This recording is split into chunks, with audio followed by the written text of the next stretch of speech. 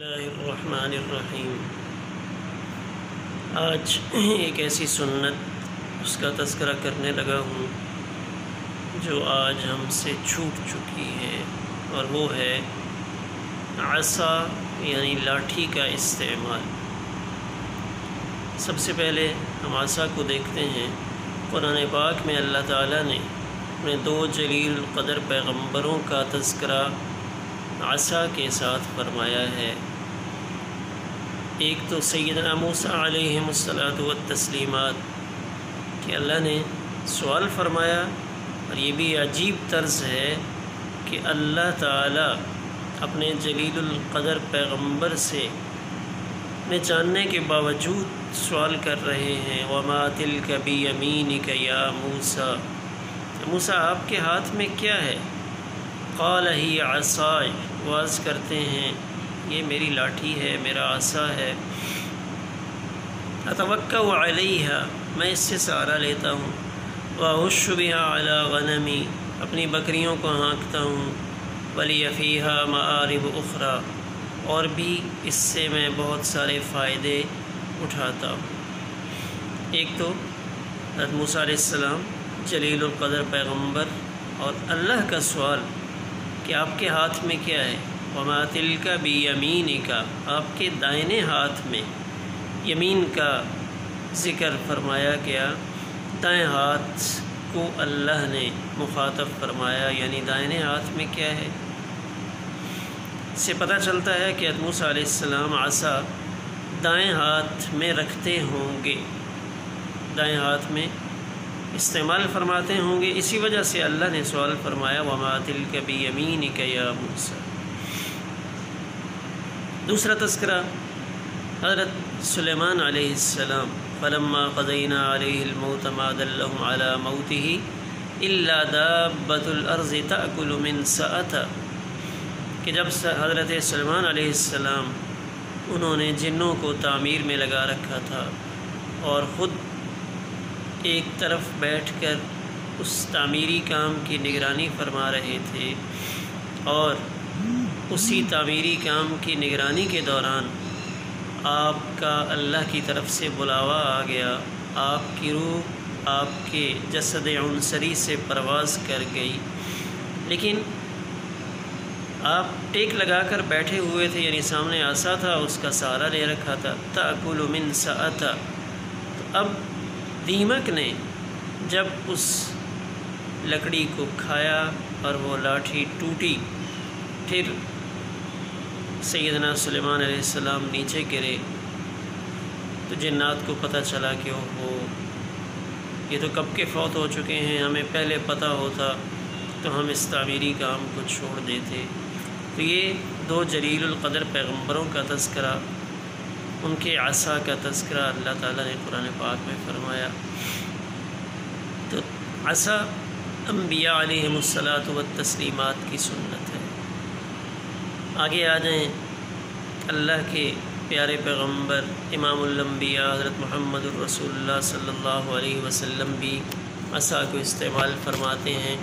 آپ کی بھی مبارک سنت ہے، مختلف صحابہ سے مختلف روایتیں موجود ہیں کہ حضور صلی اللہ علیہ وسلم عصا استعمال فرماتے تھے۔ حضرت عبداللہ بن عباس رضی اللہ تعالیٰ عنہ کی روایت ہے کہ آپ عصا استعمال فرماتے تھے۔ ایک اور بڑی عجیب روایت ہے، حضرت براء بن عازب رضی اللہ تعالیٰ عنہ فرماتے ہیں کہ ایک شخص آپ کی خدمت میں حاضر ہوئے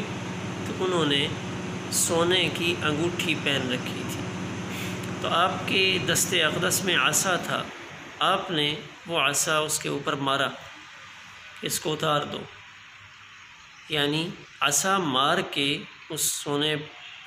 سونے کی انگوٹھی والی انگلی پہ آپ نے مارا کہ اس کو اتارو، یعنی آپ نے فرمایا کہ مردوں کے لیے سونے کا استعمال حرام ہے، تنبیہ فرمائی اس عصا کو مار کے، اور گویا کہ یہ بتایا کہ غلط بات پہ ناجائز امر کو دیکھ کر خاموش رہنا درست نہیں ہے، خاص طور پہ انبیاء تو غلط بات پر ہرگز خاموش نہیں رہتے۔ پھر ایمانی درجات ہیں کہ غلط بات اگر ہمارے سامنے کوئی ہو ہم اس کو طاقت سے روک سکتے ہوں تو روک لیں، زبان سے منع کر سکتے ہوں منع کر لیں، ورنہ کم از کم دل سے تو اس کو برا سمجھیں۔ تو اب سونا استعمال کرنا اللہ کے پیارے پیغمبر نے امت کے مردوں پر حرام فرمایا، مرد سونا استعمال نہ کریں، اور پھر خود آپ نے اس عصا سے پہننے والے جو صاحب تھے ان کو تنبیہ بھی فرمائی۔ تو ہم ایک بات کا بہت خیال رکھیں، کسی مرد نے سونا پہن رکھا ہو تو ہم اس کی تعریف نہ کریں، اس کو سمجھائیں کہ سونا مردوں کے لیے حرام ہے، چاہے بٹن کی شکل میں ہو، چاہے انگوٹھی کی شکل میں ہو، کسی بھی شکل میں ہو، مرد سونا زینت کے لیے استعمال نہیں کر سکتا۔ تو اللہ کے نبی تو ناراضگی کا اظہار فرمائیں اور ہم خوش ہوں۔ ایک غلط بات پہ خوش ہونا، یعنی جس کو شریعت نے منع کیا ہے اس پہ خوشی کا اظہار کرنا ہمارے لیے خطرے کا باعث ہو سکتا ہے، اس لیے سونا ہم خود ہرگز استعمال نہ کریں۔ اللہ کے پیارے پیغمبر نے عصا کے ذریعے سے تنبیہ فرمائی۔ اس طرح انبیاء عصا استعمال فرماتے تھے۔ حضرت موسیٰ علیہ السلام کا جو عصا تھا، تاریخی روایات تفسیری روایات میں اس طرح آتا ہے کہ یہ عصا آپ کو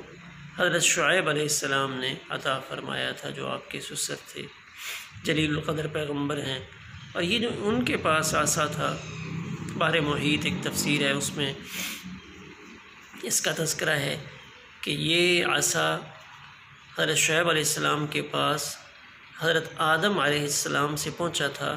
اور حضرت آدم علیہ السلام جب جنت سے اترے تھے تو وہ عصا اس جنت سے اپنے ساتھ لے کر آئے تھے، اور وہ ابنوس کی لکڑی کا بنا ہوا تھا۔ پھر وہ عصا حضرت آدم علیہ السلام سے حضرت نوح علیہ السلام تک، حضرت نوح علیہ السلام سے سیدنا ابراہیم اور حضرت ابراہیم علیہ الصلوۃ والتسلیمات سے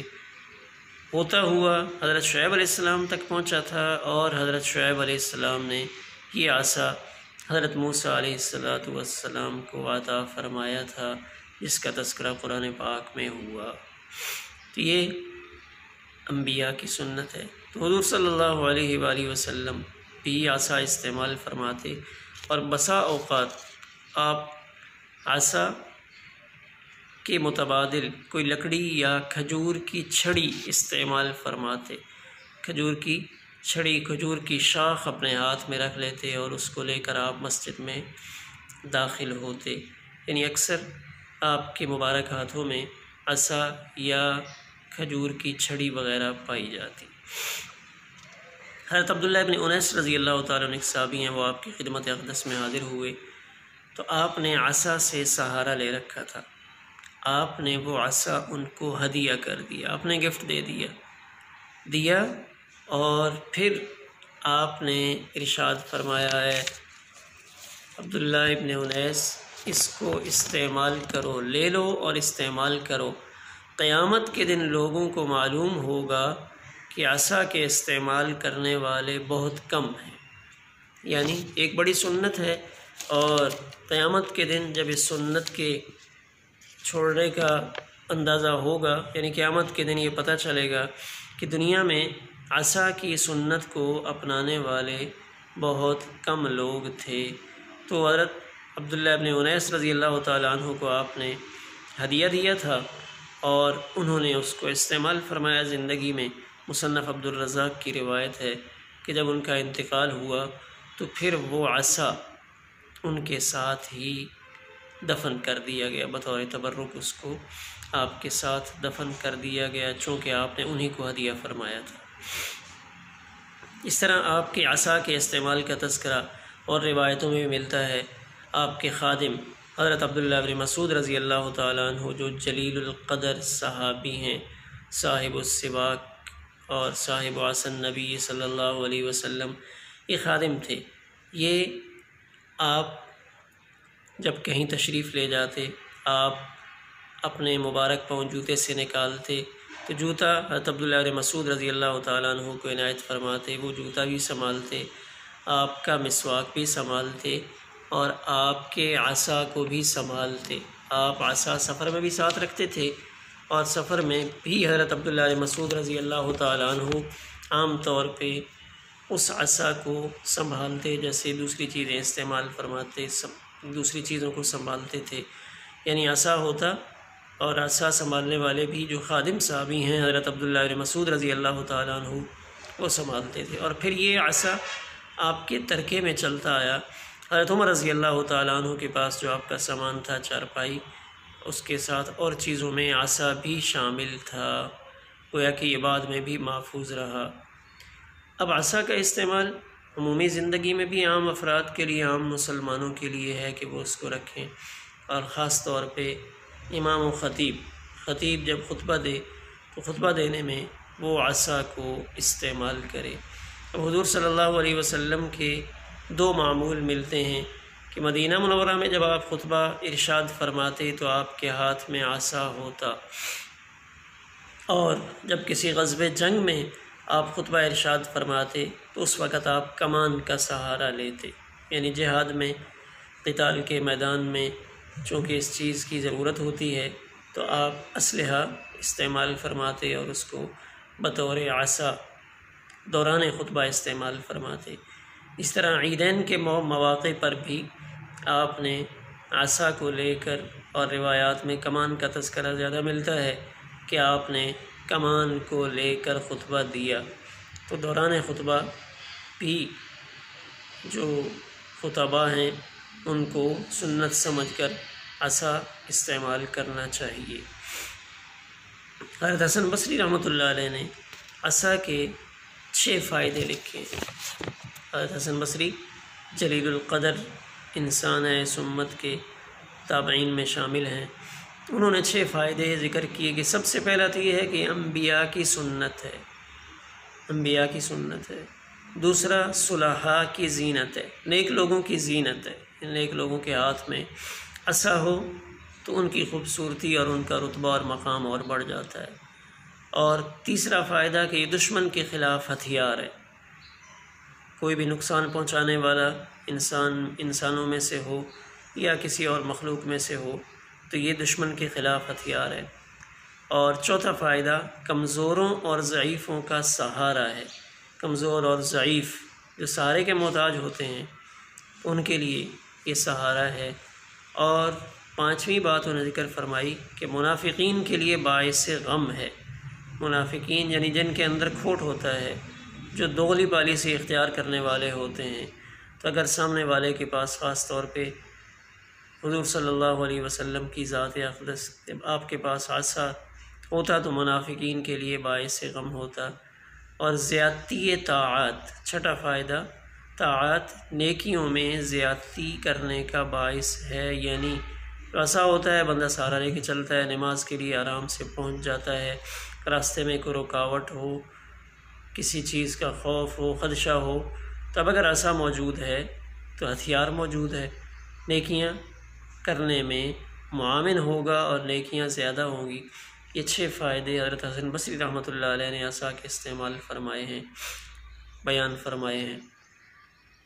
حجاج بن یوسف نے ایک اعرابی، ایک دیہاتی کے ہاتھ میں عصا دیکھا تو اس نے پوچھا کہ یہ عصا تمہارے کس کام کا، یہ کیوں رکھا ہوا ہے؟ تو اس نے بھی بڑی عمدہ باتیں جواب میں کہیں۔ اس نے کہا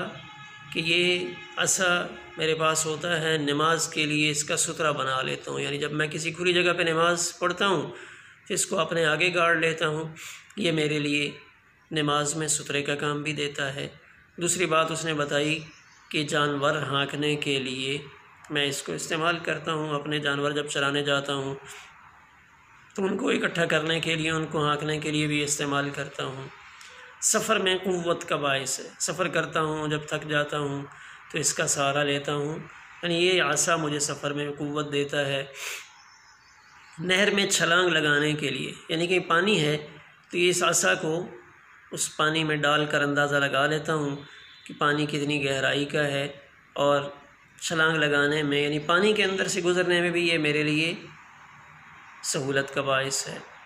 دھوپ میں سایہ ہے، یعنی کہ دھوپ ہوتی ہے اس کو گاڑ لیتا ہوں اور اس کے اوپر کپڑا ڈال کے ایک چھپر سا بنا کے اس سے سایہ حاصل کرتا ہوں۔ کہیں کسی کو ملنے کے لیے جانا ہوتا ہے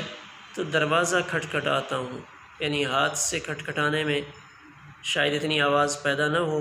اتنا اس لکڑی کو لکڑی پر مارنے سے یعنی دروازہ بجانے کے لیے بھی اس کو استعمال کرتا ہوں، کاٹنے والے کتے سے بھی اپنی حفاظت کرتا ہوں، یعنی کاٹنے والا کتا اگر آتا ہے تو اس کو مارتا ہوں اور اس سے بھی اپنا بچاؤ کرتا ہوں۔ تو یہ فائدے اس عصا کے ایک عام دیہاتی آدمی نے حجاج بن یوسف کے سامنے ذکر کیے۔ تو بہرحال روایات کتابوں میں اور بہت سے فائدے ہیں۔ تو عصا کا استعمال بلا تفریق سنت ہے، نوجوان بھی استعمال کریں، بزرگ بڑے بوڑھے سارے استعمال کریں۔ ہمارے ہاں رواج ہے کہ انسان جب سمجھتا ہے کہ میں اب بغیر سہارے کے نہیں چل سکتا تو اس وقت استعمال کرتا ہوں، نہیں، عصا استعمال کرنا چاہیے، کسی عمر میں بھی استعمال کیا جا سکتا ہے۔ اتباع سنت میں ہم عصا اپنے پاس رکھیں کہ اللہ کے پیارے حبیب صرف اللہ کے پیارے پیغمبر حضرت محمد رسول اللہ صلی اللہ علیہ وسلم کی سنت نہیں بلکہ انبیاء کی سنت ہے، پہلے گزرنے والے انبیاء بھی استعمال فرماتے تھے۔ اب عصا کتنا ہونا چاہیے؟ موسیٰ علیہ السلام کا جو عصا تھا اس کے بارے میں تو روایات تفسیری روایات میں ہے کہ وہ 12 ذراع یعنی 12 ہاتھ جتنا آپ کا قد تھا اس کے برابر تھا، اور ایک روایت میں ان کے قد سے تھوڑا سا کم تھا، یعنی 12 ذراع قد تھا تو یہ 10 ذراع کا تھا، یعنی قد انسانی کے برابر ہو تب بھی ٹھیک ہے، اس سے کم ہو جیسے آج ہمارے ہاں 3 فٹ 4 فٹ 4.5 فٹ جتنا بھی ہو تو وہ جس مقدار میں ہو اس کو استعمال کیا جا سکتا ہے۔ حضور صلی اللہ علیہ وسلم کے عصا کی مقدار اس کا تذکرہ کتابوں میں نہیں ہے کہ جو آپ عصا استعمال فرماتے تھے اس کا سائز کتنا تھا۔ بہرحال یہ ایک بڑی عظیم الشان سنت ہے جو متروک ہو چکی ہے، چھوڑی جا چکی ہے۔ تو سنتوں پر عمل کرنے کے شائقین جو سنتوں پر عمل کرنے میں شوق رکھتے ہوں ان کو آگے آنا چاہیے اور اس سنت کو ضرور اپنانا چاہیے،